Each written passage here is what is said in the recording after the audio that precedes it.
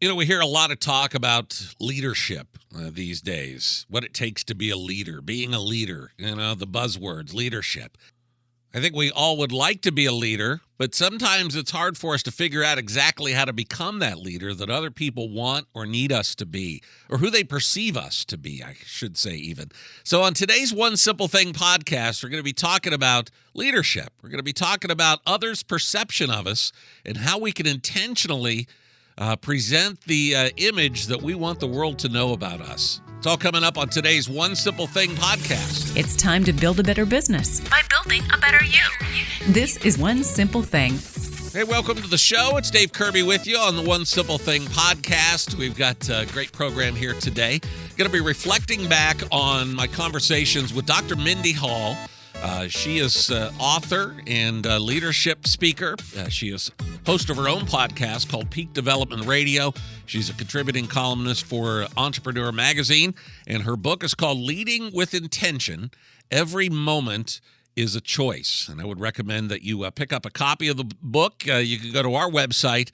On the right-hand side of the page, there's a banner ad for Dr. Mindy Hall, and it will link you to her Amazon page where you can get the book. Again, it's called Leading with Intention. It's by Dr. Mindy Hall, and it's available at our website, onesimplethingonline.com.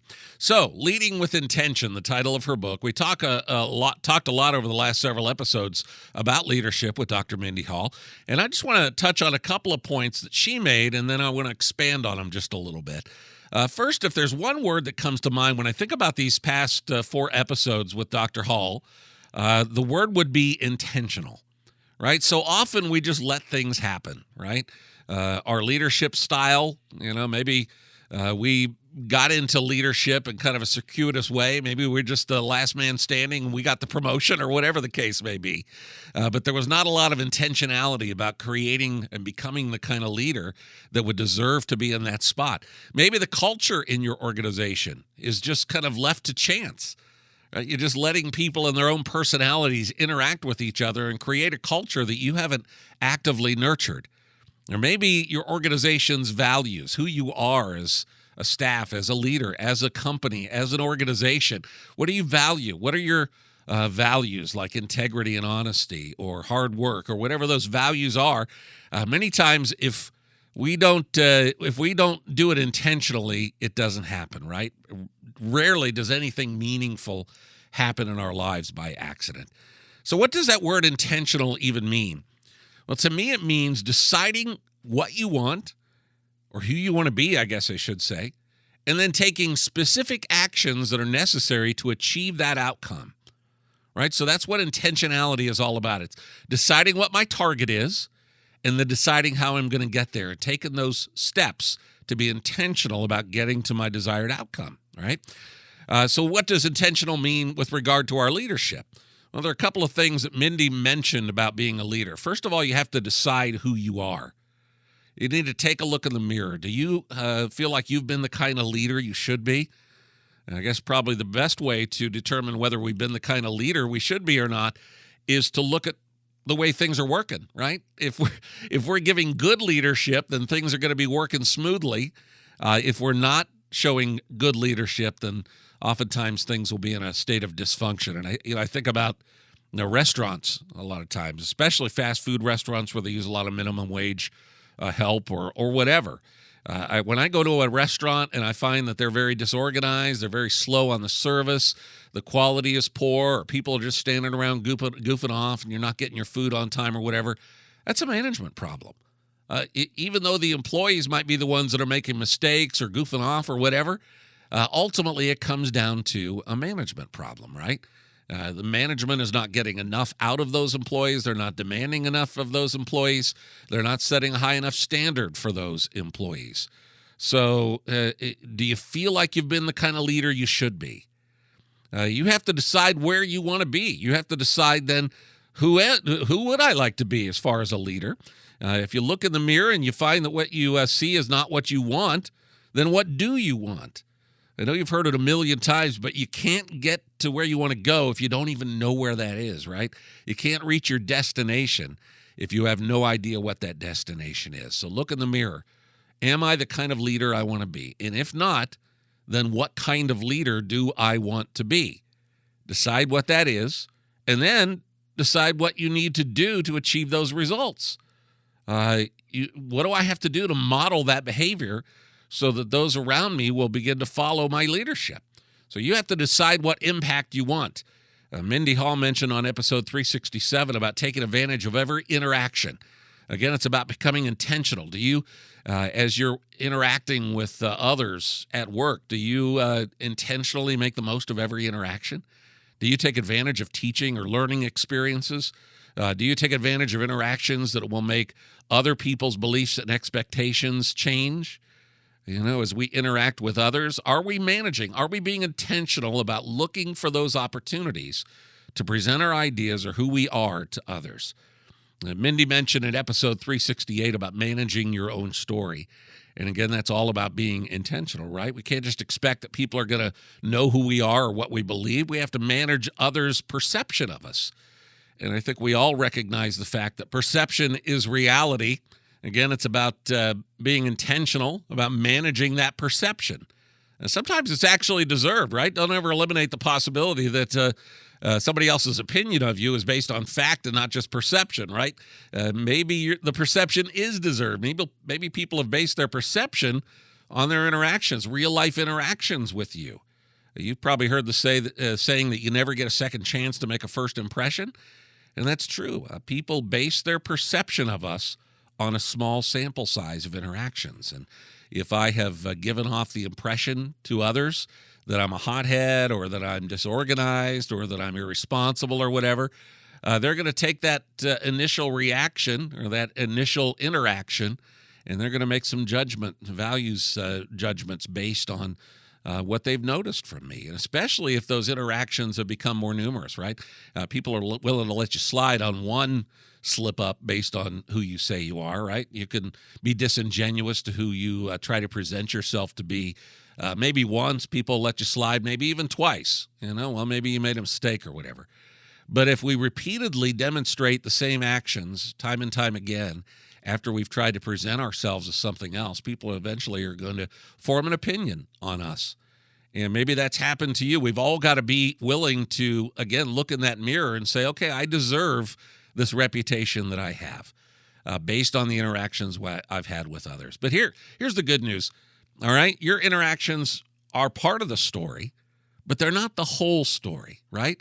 People's experiences with me, they don't tell the whole story about me. Maybe we've interacted 2, 3, 5 times, half dozen times, I don't know. But what you've noticed about me in our interactions doesn't necessarily line up with the whole story of who I am. Maybe part. That gets us back to that word intentional. Since people base their perception of us on a small group of interactions, we've got to be intentional about presenting the whole story of who we are, telling our story, and making sure that other people hear it. I talked earlier about Mindy Hall and her idea of deciding who we are, and it starts there. Who are you? What kind of person do you want to be? Do you want to be somebody who's dependable or irresponsible? Do you want to be somebody who is hot-headed or ill-tempered, or do you want to be somebody that people recognize as being calm and strong and stable? What kind of person do you want the world to think of you as being? What are your values? Are you honest? Are you long-suffering and patient? Are you full of passion about what you do? What's your character look like? What do you want people to know about you? I think Mindy even asked us to sit down and just write down 3 things that we want others to know about us. What are the 3 big deal items? What are the 3 big things that if somebody were to ask, who are you, the 3 things that you would use to describe yourself as? It's a great exercise, right? To sit down, pick those 3 things, maybe 3 words or 3 phrases or even 3 sentences that you would use to describe yourself. Who are you? I wrote a blog post about this a while back. There's something called confirmation bias. You form opinions based on someone or something, and your mind tends to filter out all of the other interactions or anything out that doesn't confirm that opinion, right? I wrote a blog post about this, so it's like, I make a judgment call that, somebody in a BMW cuts me off, right? So I make this judgment call that everybody in BMWs is a hothead or they're a show-off or whatever else, right? And so anytime somebody in a BMW comes speeding by me, I go, see, all BMW drivers are this, right? And it doesn't necessarily mean it's the truth. It's not the whole story about that person. It's just an interaction we had, and my confirmation bias is kicking in and telling me that that perception I have is correct. So think about other people's confirmation bias of us. Maybe they formed an opinion that's based on one interaction, and they're filtering out anything that doesn't support that opinion. Maybe you dropped the ball on something you promised. They assume you're not dependable. Maybe you had a bad day. You flew off the handle, and now you're a hothead. So I think it's important for us to decide who we are. If you're not a hothead, how are you going to present the real you that's reasonable? If you are dependable, how are you going to be the real dependable you in front of others? Now, I'm not talking about chasing people's approval or pleasing people. I'm talking about managing others' perception of us, intentionally presenting ourselves as the person we really are and what we want others to think about us. It's like the old dress for success mentality, right? So to go back to Mindy's point, don't expect others to just get who you are and let your actions speak for themselves. Actions do speak, but they don't tell the whole story. So make sure you're managing who you want to portray to the world and not just leaving it up to chance. And, just a quick note, too, if you've really blown it, like you've really not been the leader you feel like you need to be, I think it's a good idea to sit down with your team or those that you've injured or harmed or damaged or otherwise had bad interactions with and admit your mistakes. I don't think as a boss or a parent or anybody who's in leadership, I don't think there's anything as powerful enough as somebody who's in authority being humble enough to admit when they've been wrong, right? And then you make the commitment from this day forward, that person that I say I want to be, I'm going to be that person consistently. And I know we all have bad days. We all have moments we wish were private instead of public, right? We all say things that we feel like would have been better off staying in our head and not out the mouth. We're human, right? We can't make everybody respect or like you. To paraphrase the old saying by Abraham Lincoln, you can please some of the people all the time. You can please all of the people some of the time, but you can't please all of the people all of the time. And I certainly don't advocate running around trying to gain people's approval. What we're talking about here is being intentional about who you are, who you want to be, what you want your culture, your leadership to look like, and what you're going to do to lead those around you to create that something special. As it always is, it starts with us. It always starts inside me and then flows from there. So probably the first place I'd start is ask that question. Who am I and what kind of a leader do I want to be? And then follow the process from that point forward. Hope you've enjoyed today. Hope you enjoyed the episodes with Dr. Mindy Hall over the last several days. Go back and listen to them in their entirety. They're episodes 161 or 361, I should say, through 364.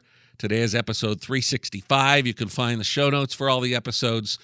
Plus, you can get a link to Mindy Hall's book. Again, it is called Leading with Intention. Every moment is a choice. And I think you really, really will enjoy the book. Again, the link, there's a Mindy Hall banner ad when you go to the front page on the right-hand side, when you go to onesimplething.online.com. Hey, while you're on the website, we're doing our best to try and feed you fresh content every day. We got several different categories on there, things like personal development, like productivity, entrepreneurship, health and wellness, money. And we're doing our best to feed you fresh content. So check all that stuff out on the website. Also, on the top menu, you'll see Support the Show. If you click on that link, it gives you a link where you can leave us a rating and review on iTunes. Gives you links where you can post on Facebook and Twitter to tell other folks about the show. And it even gives you a link where you could sign up for our mailing list as well. So would appreciate a rating and review on iTunes. And again, as always, if you want to drop me a note about the show, it's Dave at onesimplething.online.com. That's with the number 1. I would love to hear your thoughts on what I just talked about today or any other subject having to do with the podcast. Again, it's Dave at onesimplething.online.com with the number 1. Thank you for listening. Got some fascinating conversations about the health of our brain and how it impacts our performance and our productivity. It's going to be really, really good with my guest, Scott Halford. That's coming up on the next One Simple Thing podcast. I'm Dave. I'll see you then.